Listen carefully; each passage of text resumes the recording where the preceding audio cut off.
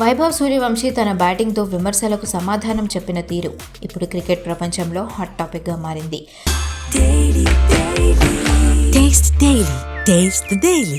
Sun రైజర్స్తో జరిగిన మ్యాచ్లో కేవలం 36 బంతుల్లోనే సెంచరీ బాది ఐపీఎల్లోనే రికార్డ్ క్రియేట్ చేశాడు ఈ బుడ్డోడు. అయితే ఈ సెంచరీ వెనుక ఉన్న అసలు కారణాన్ని వైభవ్ వెల్లడించాడు.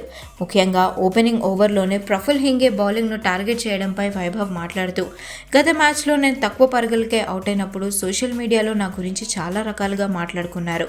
నేను ఫోన్ తీసి చూసినప్పుడు కనిపించిన ఆ విమర్శలు నన్ను ఎంతో బాధించాయి. ఎవరైనా నా గురించి విమర్శలు చేసినప్పుడు అది నాపై ప్రభావం చూపిస్తుంది.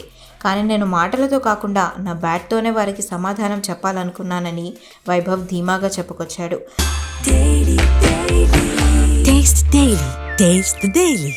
నా టెక్నిక్ గురించి, నా ఏజ్ గురించి ప్రశ్నించే వారికి నా ఇన్నింగ్స్ ఒక ఆన్సర్ అంటూ వైభవ్ అంటున్నాడు. 15 ఏళ్ల వయసులో విమర్శలను ఎదుర్కొనే విధానం చూసి క్రికెట్ దిగ్గజాలు సైతం షాక్ అవుతున్నారు.